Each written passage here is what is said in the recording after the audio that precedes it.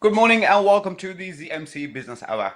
Apologies this morning due to government guidelines and due to the restrictions. We are interview this morning and doing the morning room. I warn you in advance. There may be some technical issues. We've had this, but there may be some issues. So, what a week it's been. The UK has been plunged into another lockdown. The furlough scheme has been extended for employers and employees, so that's a bit of good news. And we hope the Treasury and the government is doing a bit more just to support local businesses. Across the pond in the US, we have a new leader of the free world. What an interesting, fascinating week it's been. Some crazy developments, some unprecedented developments. But 2020, what a year it's been. So the ZMC Business Hour, a business show dedicated to bringing you local business news weekly, brought to you by the ZMC Network, a network that is dedicated to bringing news together. Over the weeks, over the months, over the year actually, we've brought you some fantastic, some amazing owners, come, experience, and hopefully give a lot away. A bit emotionally, back with a esteemed guest, Uncle Nazir Awan, who sadly is no longer with us due to COVID. Today we have son, Amer, who will be taking a seat and telling us it's been like and what it's like to the legacy and to live in the shadows of such a great personality. So Amer.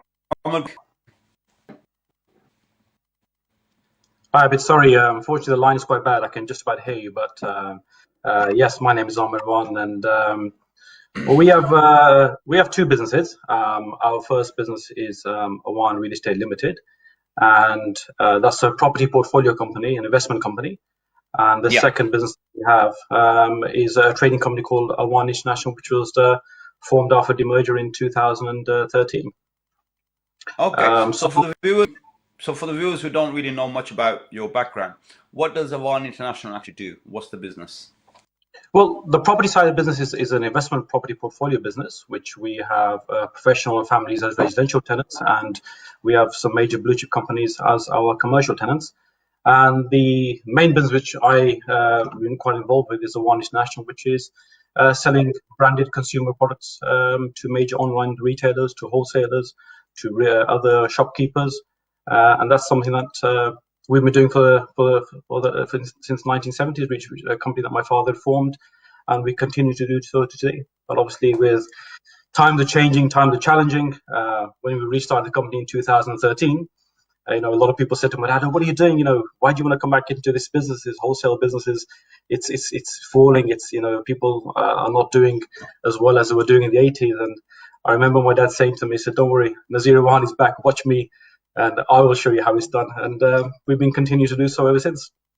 Fantastic. So a message to our viewers: we are beaming live on Facebook, and you can also call into the studio live for any questions. The call-in number is 0121 753 4131. If you have any questions, please feel free to put them on the Facebook feed, or you can call into the studio. So Ahmed, we had Uncle back in February, and I was going through the interview last night, and it was pretty emotional. And every word he said in that interview rings so true. He gave so much advice and so much wisdom. Possibly one of the best interviews that I was fortunate to have done. The Asian, and we touched upon this with your dad as well, wanting the to join the family business. What's that been like? Is it always an intention to join the family business, or did you have other plans? Not really. I think I had what was every boy's dream. I wanted to be a pilot at a very young age, and I even joined the air training corps, and I had a fantastic time there. But I think the beauty was that the business that my father was in, he always had the latest gadgets and watches, whatever. And I remember I used to take these into school, and I used to sell them to all the kids at school. And I used to make quite a bit of money in school, and even through college, and I funded my university through it as well. So for me, I think that's when I kind of know that I had a real passion for business. I had a passion of making money from a very young age. So naturally, an age took its course, and I learned a lot from my father in business. And naturally, I came in to join him in business in 1999 after graduating. I did have plans for working elsewhere for 2 years, but the business was growing so quick and so fast that he asked me to join him straight away, and I think it's the best decision I ever took. Fantastic. So coming into family business, being young, being vibrant, you obviously had your own thoughts, your own ideas. What like when you have, because elders can sometimes be set in their ways, and particularly uncle with such a hard and strong personality, they can be set in their ways. And when the young generation come in, they have their own way of doing things. They have their own vision. They have their own flair. What was that like? Was it easy, or what was that like? It was tough. I mean, joining any family business is never easy. I think there was, if there's anyone I was afraid of, is my dad. And for me, I think, although he showed us a lot of love and affection, but I think it was a level of expectation of not wanting to fail him in any sort of way. Because he was very successful in what he did. He achieved so much in business. So really joining the business, you want to be in a position where you can be or try and be as good as he possibly can.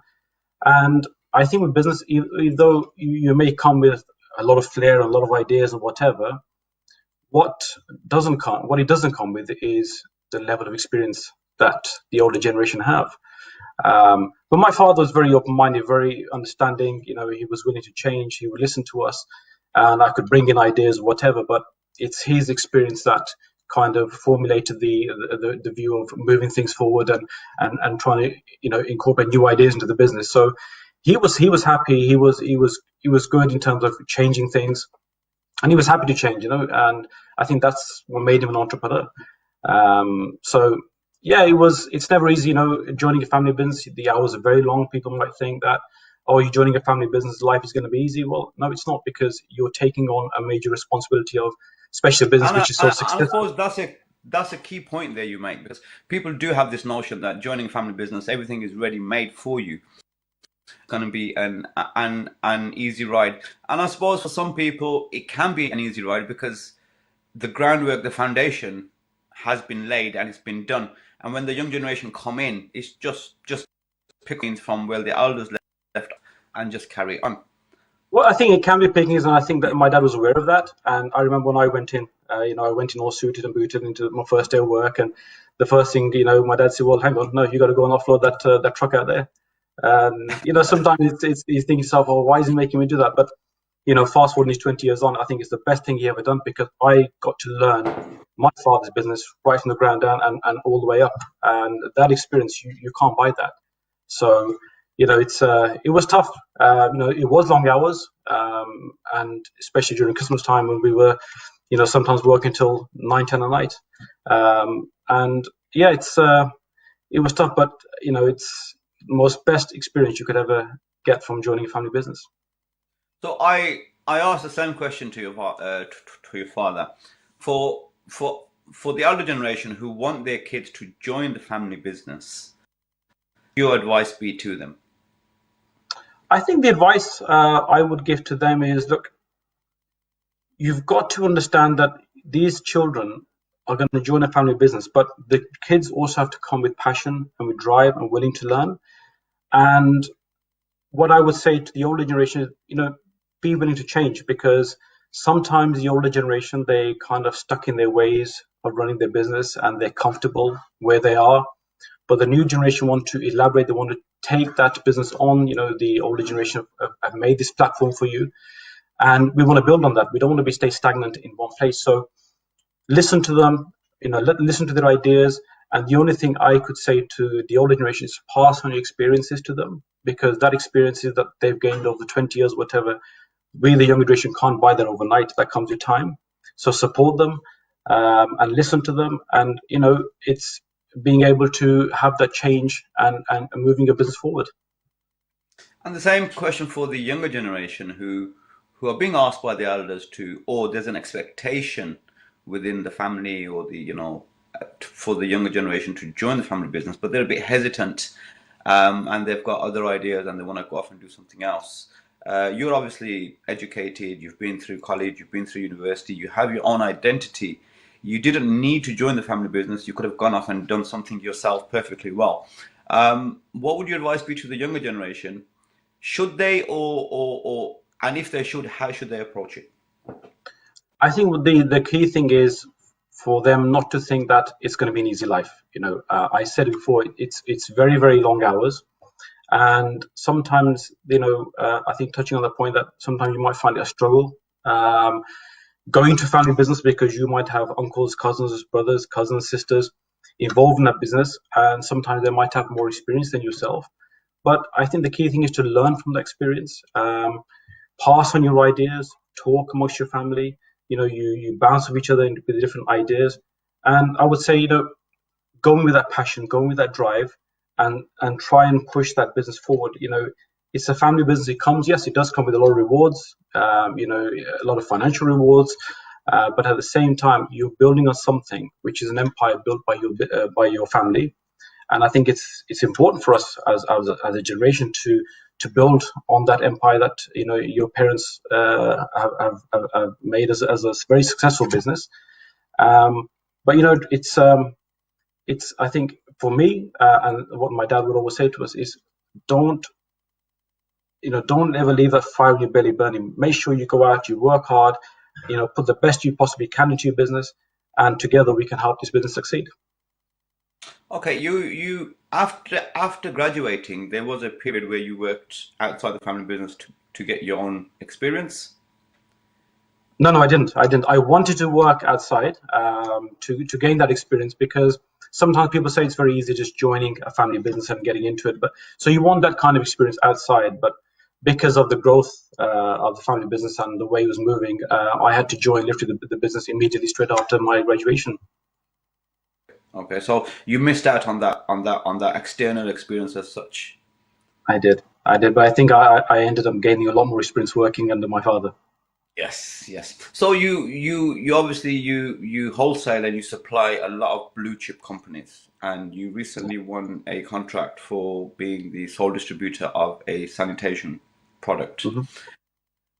A lot of Asian businesses have the potential for growth and have the potential for scaling up, but sometimes are a bit scared to apply for such tenders or contracts because they believe they're not worthy enough of applying, or they don't know the know-hows of applying for such tenders or having such engagements or conversations. Like I remember your dad was very proud of the fact that he had a relationship with your creators.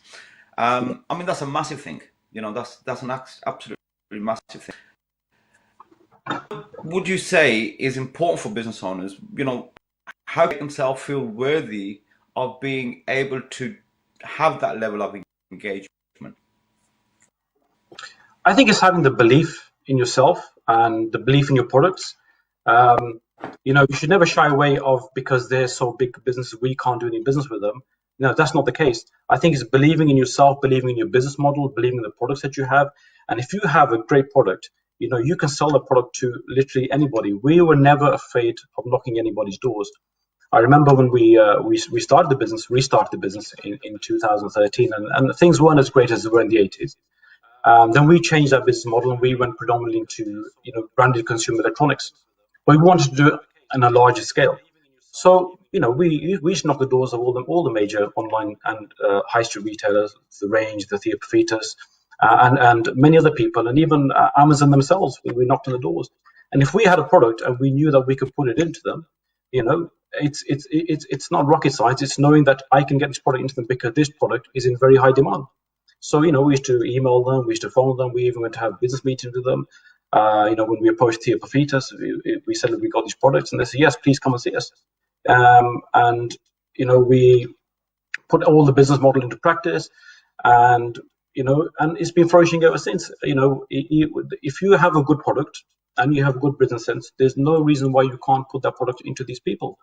I mean, at one time, we were the largest independent distributor of Dyson. And we were selling onto Amazon. Amazon themselves were buying them. We were putting them into all these online retailers, and from one product, it stemmed onto other products. So never be afraid of knocking anybody's door. Believe in yourself, believe in your business, believe in the products that you have, and there's no reason why you can't get into these major blue chip companies. So your father was regarded as a business leader and an inspiration for many.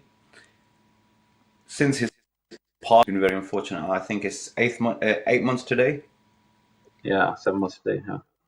7 months today. The, that must have come with some pressures to yourself. It's been like filling his shoes or trying to keep things going the way he would have. Yeah, but that's a very good question.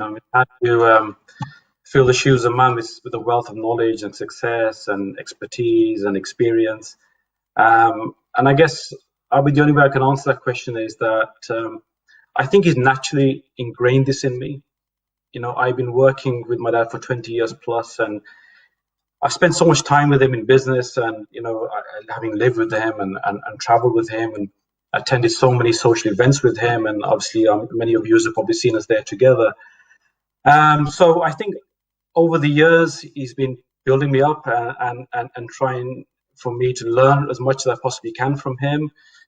Even from a very young age, I remember the age of 10, 11, 12, and he used to make me take days off school and attend all the trade shows with him. So, making me learn from a very, very young age. And I used to watch him do all the charity work and community work, which then I became very heavily involved with. So I think over the time, I've learned a lot from him. I think it's having spent that quality time with my dad, not just in business, but in on other platforms as well. And for me, he became my life coach, my mentor. Everything I am today is because of him and what I've learned from him, and what I've taken from him. And I think it's actually not long ago before he passed away, and we were sitting in the office and he was talking, and he was saying to me, son, he said, listen, people are never going to remember you for, how much money you had, or what a big business you had, or what car you drove, what house you lived in. He said, they're only going to remember you for what you did for them, for what you did for the community.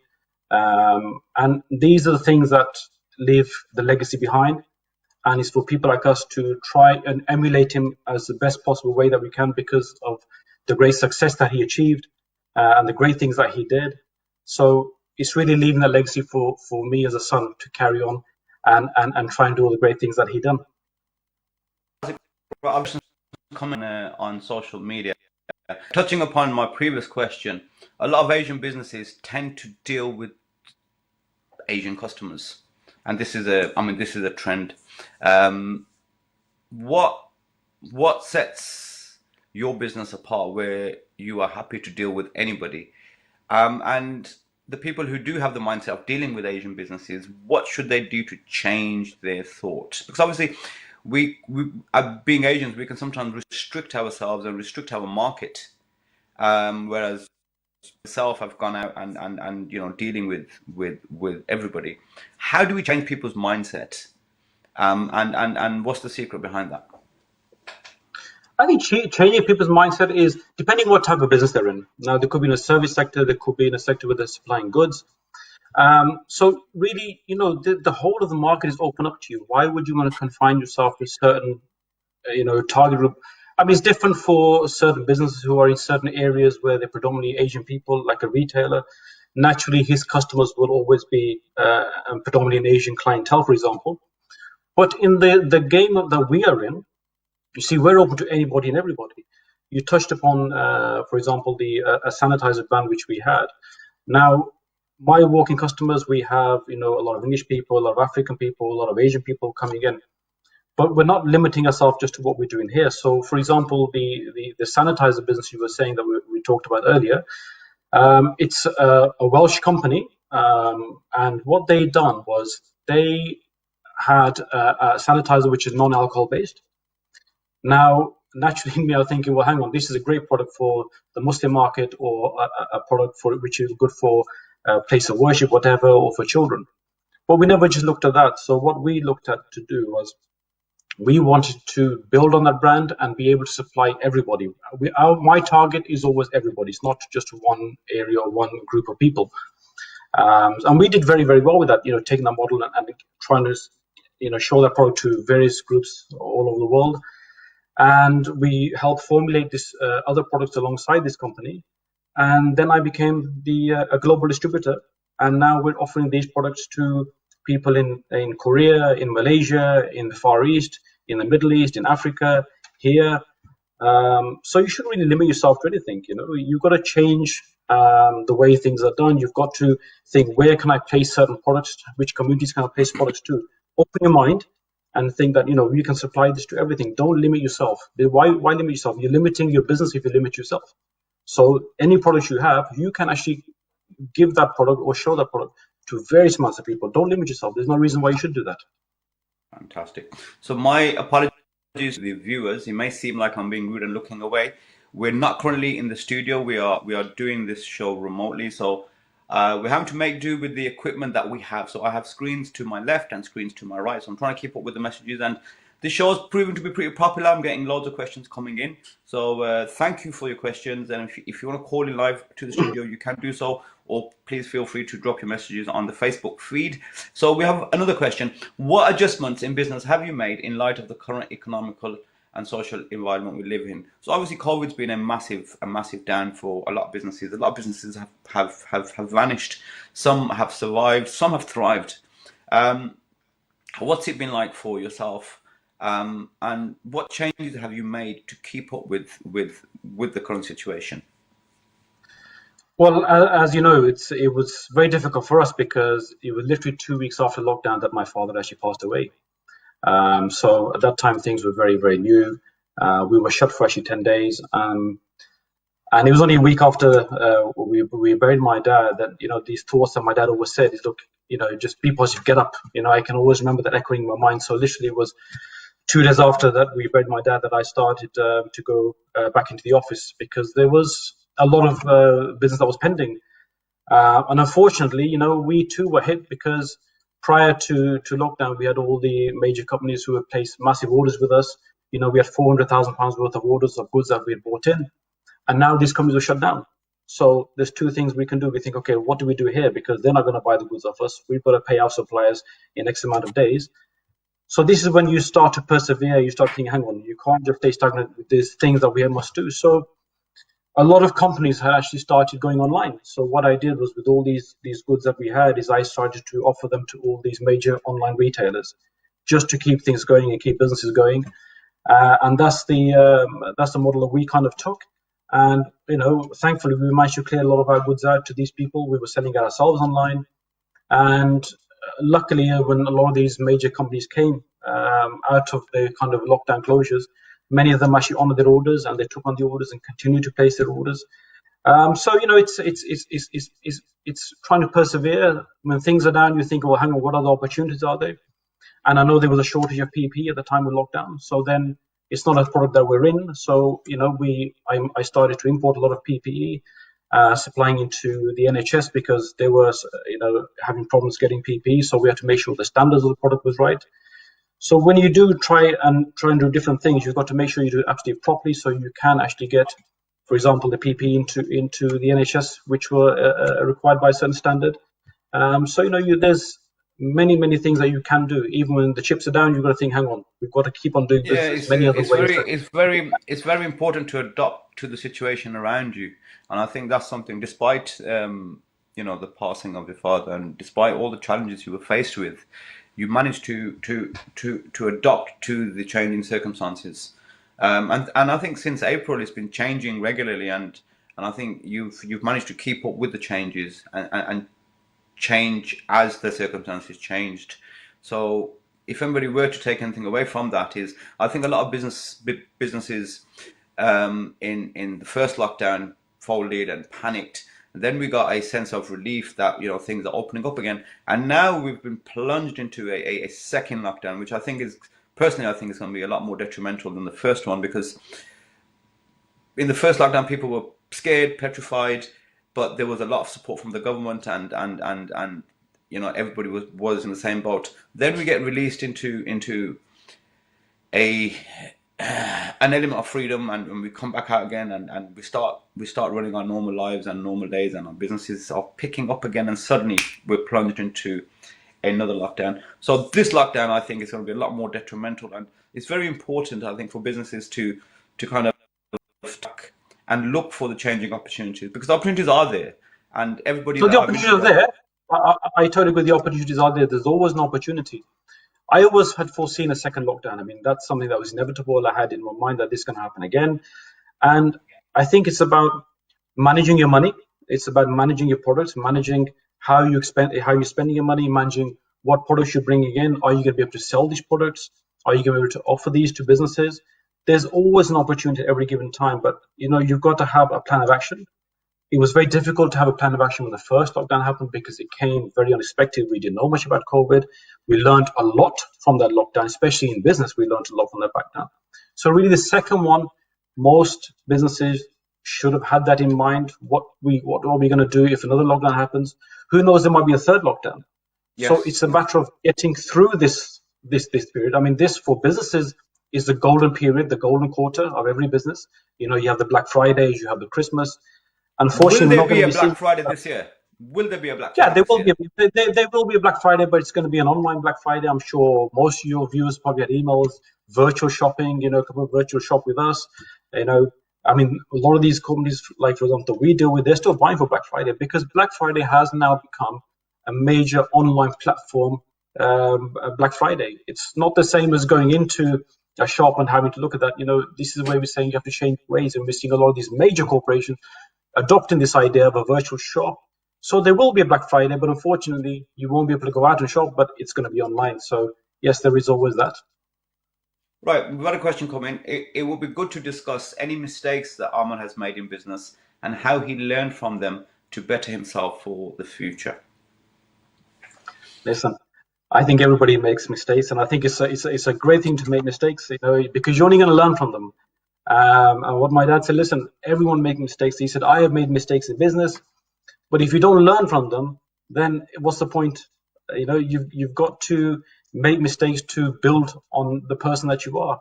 And of course, I've made mistakes. I probably bought a lot of stuff one day that probably my dad would never have bought, and he never sold. But you learn from that. I probably bought items which I could have probably bought at a better price, and when I said, you could have got that a bit cheaper, son.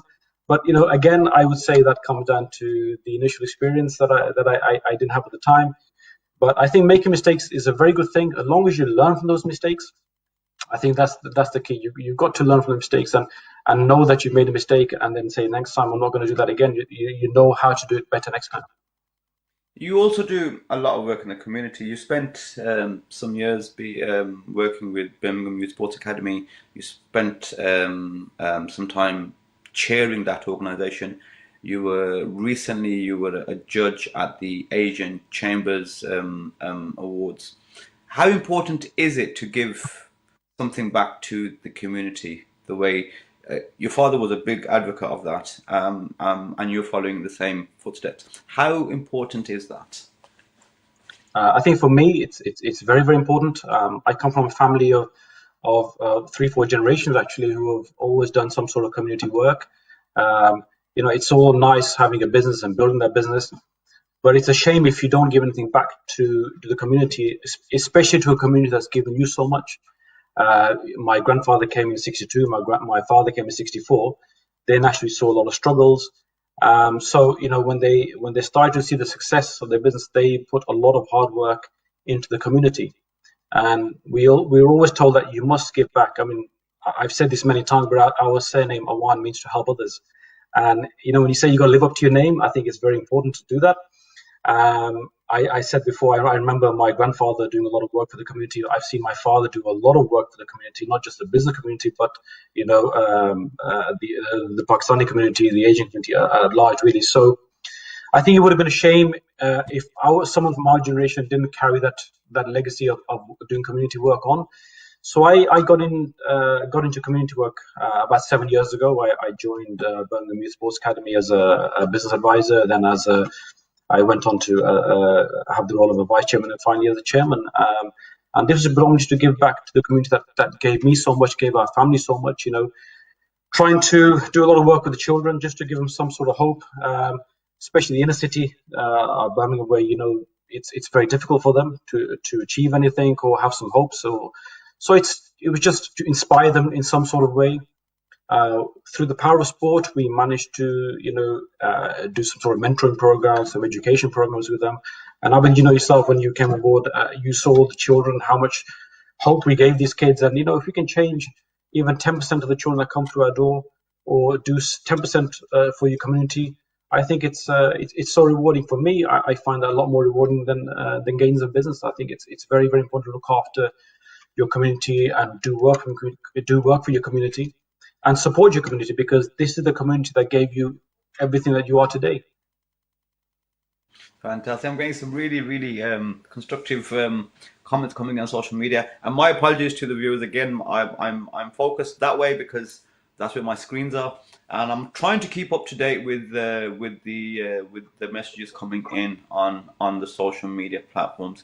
So Ahmed, your father, great personality, massive personality, and many of us sought his company, watched him speak. A question that's come in: what was it like actually living with him? Because he is, we tend to label a lot of people legends, and we tend to say, oh, he was a great man. But with Uncle, he genuinely was a great man. And after his passing, I mean, that was very apparent with I mean, 7, 8 months later, people are still talking about him, and in a very, very, very positive way. He helped many, many people, many people. So, I mean, you've had first-hand experience and you've learned from the best. What was it like growing up with him? More with my father, he was as a child. I remember he was a very stern man, really, and I think that was probably because the fact that he used to work very, very long hours. Growing up as children, we really saw our dad in the wee days, because in them years he was building the business and he's working very, very long hours. But at the same time, he was a very loving man. He showered with so much love, and it was it's heartbreaking to know now that he's no longer with me. As having spent all those years with him and learning from him and going to all the events with him, and seeing all the love that he received from the whole community at large, not just here but abroad. And I think I probably took it for granted when I used to see this as a child. But looking back now, it's actually fantastic, because 7 months on, and I still say, people call me and say what a great man your father was, and so much that he'd done for the community, an upstanding member of the community. And he was the perfect role model for me, a mentor for me, a person I learned so much from, not just myself, people like yourself and other people that knew him. Even if he spent 5 minutes with somebody, he would leave a mark with them. People remember him by, yes, I remember I only spoke to your dad for 5 minutes, but I remember him saying so much. So he was naturally a very uplifting man. He would always have so much positivity in him. For him, nothing was ever a problem. He always had a solution, and I think that was to do with his mechanical mind that he had.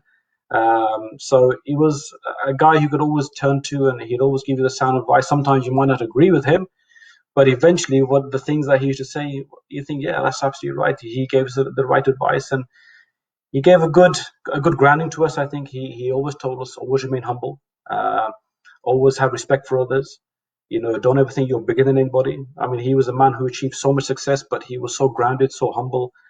And he said, always do, even when in business, make sure you be honest with people, have integrity, be sincere. And I think these are very, very important, things to build a great personality that he had. So for me, I think I was very fortunate to be the son of Nazir Awan, because for me, I learned a lot from him. And I'm thankful for the Almighty for giving me almost 45 years of spending the time with my father and learning from him, and just to try and emulate as much as I can all the good things that he did, and to carry the Awan legacy and the Nazir Awan legacy on.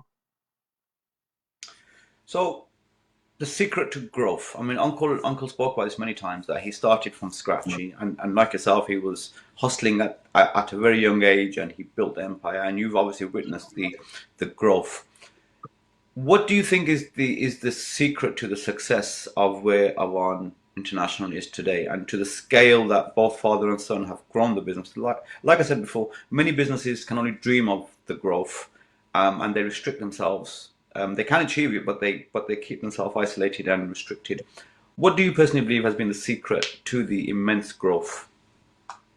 I think there's many factors really for growth. I think it's and what we touched on earlier, it's having the ability to change your business. I think that's very very important.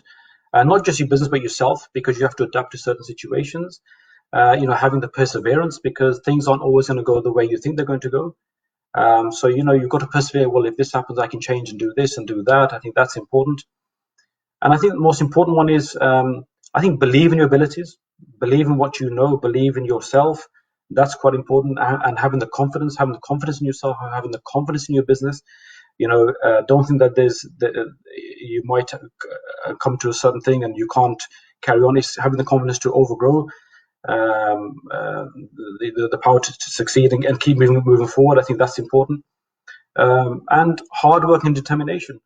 Nothing comes easy. You've got to work hard. You've got to believe in the passion. I think that's important. Another Trust in yourself. another Trust another trust in very your. another very interesting question that's come in. I think having values within any business setting and remaining humble is key. It's something I really strive for, along with an exceptional work ethic. What would your advice be for the younger generation who want to get rich quick and success by materialistic goods? Well, I don't believe in any of these get rich schemes. I think that's a total facade. I think it's a lot of rubbish. There's no such thing as a get rich quick. It's all about hard work, determination, to be honest, sincere, to have integrity in your dealings, have mutual respect for people. That's important. You've got to work hard. Nothing comes easy in life. You've got to put your hours in. You've got to have a certain mindset, because all these get rich schemes, it's a total waste of time. I've seen a lot of people go down that route and fall. Believe in your business, work hard at your business. What my dad always used to say, at the start, you might seem a struggle. Eventually you will see the snowball effect come. If you put your hard work into it and you follow your dreams and you put your full heart and ability into something, your business naturally will grow. Driving all these fancy cars, whatever. I think I recently posted a video of my dad, when he's talking about this, in fact, and he's saying a lot of businesses, they start to make money and they start to, spend money on cars and spend money here. And it's about, saving that money, putting that money into a pot, grow your business, because that's inevitably the key thing, is to grow your business. You don't want to stay stagnant and have no money left, because you've got to control your finances. I think that's the most important thing. And trust in yourself, have belief in yourself, and success will follow. Another comment that's coming, a big thing about Ahmed that he's not sharing, is that he has been brave enough to try new things in the last few years. When others could have sat back and not taken the risk, Ahmed went ahead and took the risks. Could you expand on any of the risks you've taken? Yeah, the risks. I mean, we touched upon it earlier, when we talked about the different lines that we done. I mean, we were always a wholesale supplier of certain brands.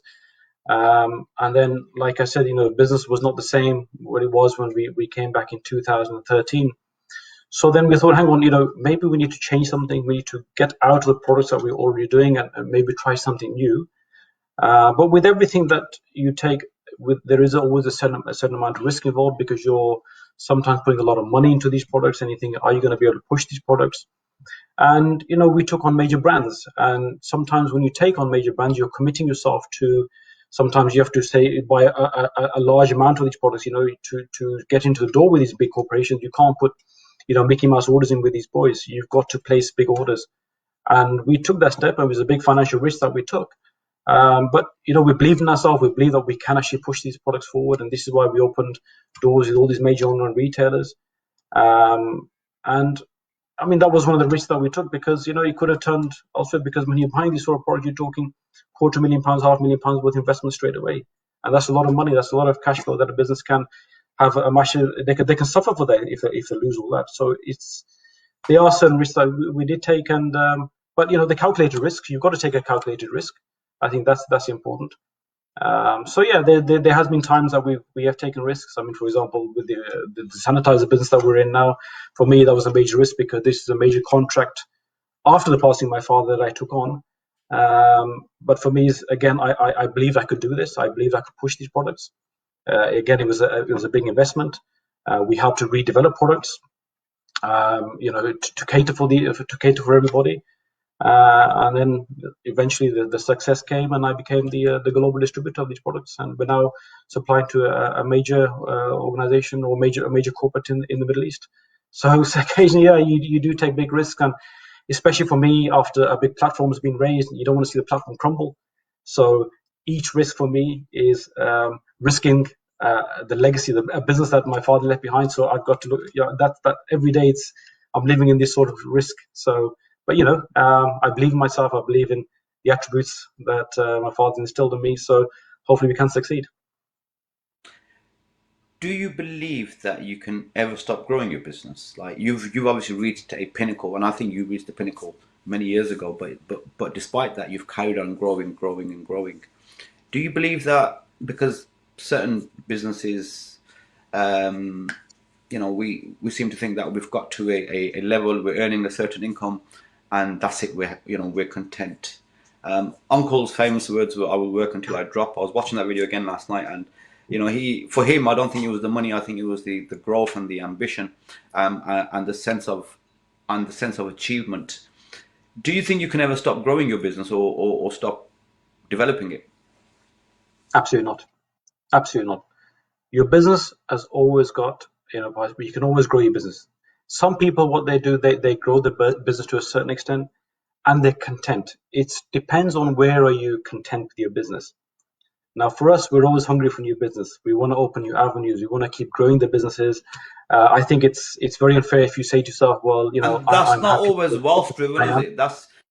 Yeah, No, it's I not. don't think that that's what's wealth driven. That's driven by It's a ambition and by passion. drive. It's passion and ambition, and where you want to see your business. I mean, again, if you're content with where your business is and you're happy with the lifestyle you have and you're happy with the income you're receiving, some people find it hard to get out of the comfort zone and grow their business. With for us is it's and it comes to this very famous saying about in business you see three generations. The first generation that's worked very hard, the second generation that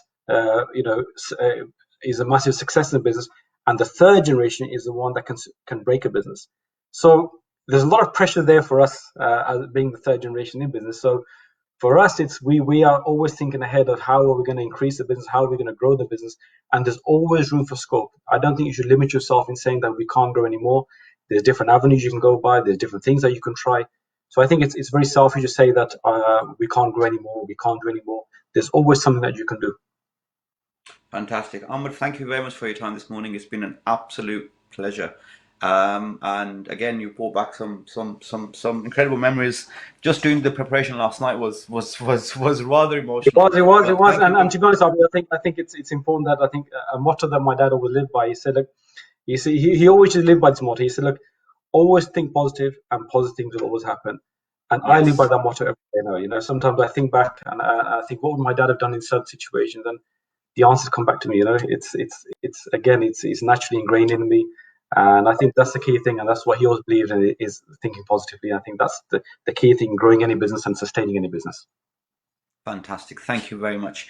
Viewers, thank you very much for joining us this morning. Thank you for your questions. Thank you for your engagement. We are in lockdown. Stay safe. And if you want to keep yourself occupied throughout the lockdown, we are beaming 24 hours a day, 7 days a week. Keep in tune. You can follow us on Facebook. We have talk shows, sports shows, political shows, and chat shows. We look forward to seeing you same time, same place next week with another distinguished guest. Thank you.